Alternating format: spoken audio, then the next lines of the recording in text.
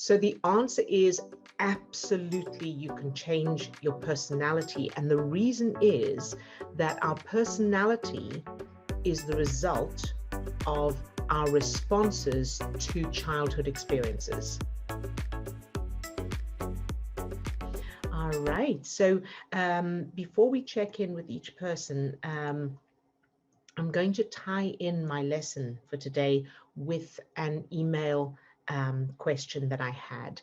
And I had this this message from someone asking this for Thursday, but we weren't able to fit it in on Thursday. And then yesterday I forgot. So I want to do it first to make sure I answer it. So this is regarding personality. So this person said,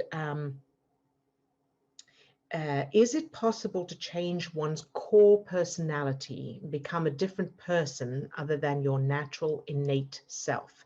And then she shares her experiences, and there's quite a lot of stuff here. But I can answer this question and share it with everyone without necessarily going through all the details. So I want to address this for everybody as well. So the answer is absolutely you can change your personality. And the reason is that our personality is the result of our responses to childhood experiences. So she shares that she experienced a lot of bullying. She had a narcissistic parent. All of that is going to be what establishes that personality. So the reactions to all of that form the coping skills that are personality. So the great news is you can absolutely change it because it's not the real you. It's not the authentic you. It's not the innate you. It's just programming. All personality is just programming. So if you think about it, if you were raised with love and kindness and compassion and affection and respect, so you felt safe, you felt loved, you felt treasured, you can imagine that your personality would have been completely different, because you wouldn't have had those experiences that caused that little you to go into that fight, freeze, flight emergency state, which affected how you experience the world and so how you respond to the world.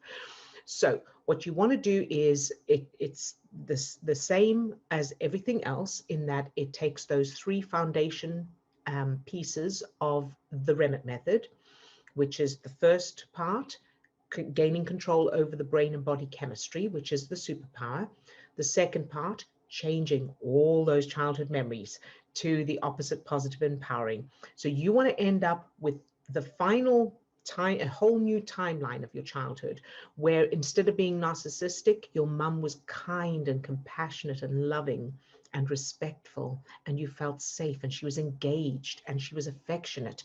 And the way to get to that is to change her childhood.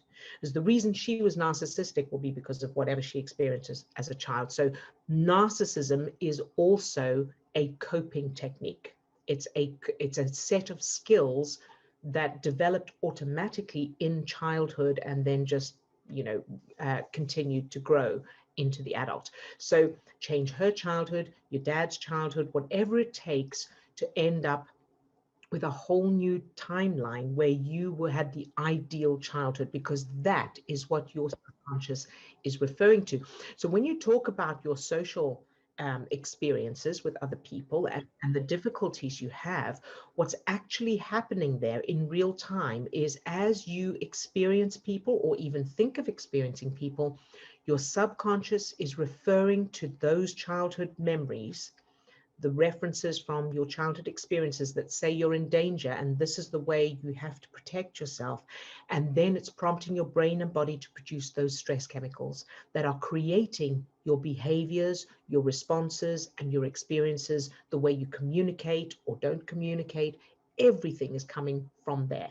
So think of it as GPS coordinates that are currently set to those social experiences. Now you change those GPS coordinates you'll automatically experience different, different results, and you will be different.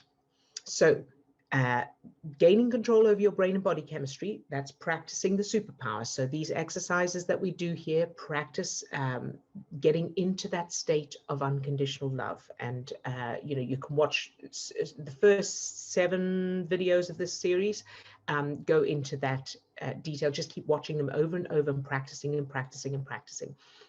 The second part, while you're doing that, change your childhood memories to the opposite, positive, empowering. So do whatever that takes. Change their childhoods.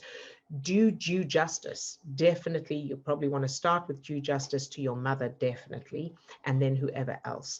And then finally, the zero tolerance piece. So that means keep noticing where your mind is in every moment. And it's a lot to begin with, but it gets easier and easier. And one of the biggest things, because you share here, you don't blame people for not wanting to be with you because you wouldn't want to be with you. That's a big, big piece. So you want to imagine that little you, bless her little heart, she's doing the best she can. And so do whatever it takes to be kind to her. Of course you want to be with her. She's valuable and it's not her fault. And the more you're able to do that, to show love and compassion to yourself, the more you're going to start changing.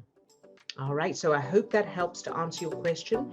If you have any more, if you need any more clarification or have more questions, let us know. And I'm sorry it took so long to get to do that.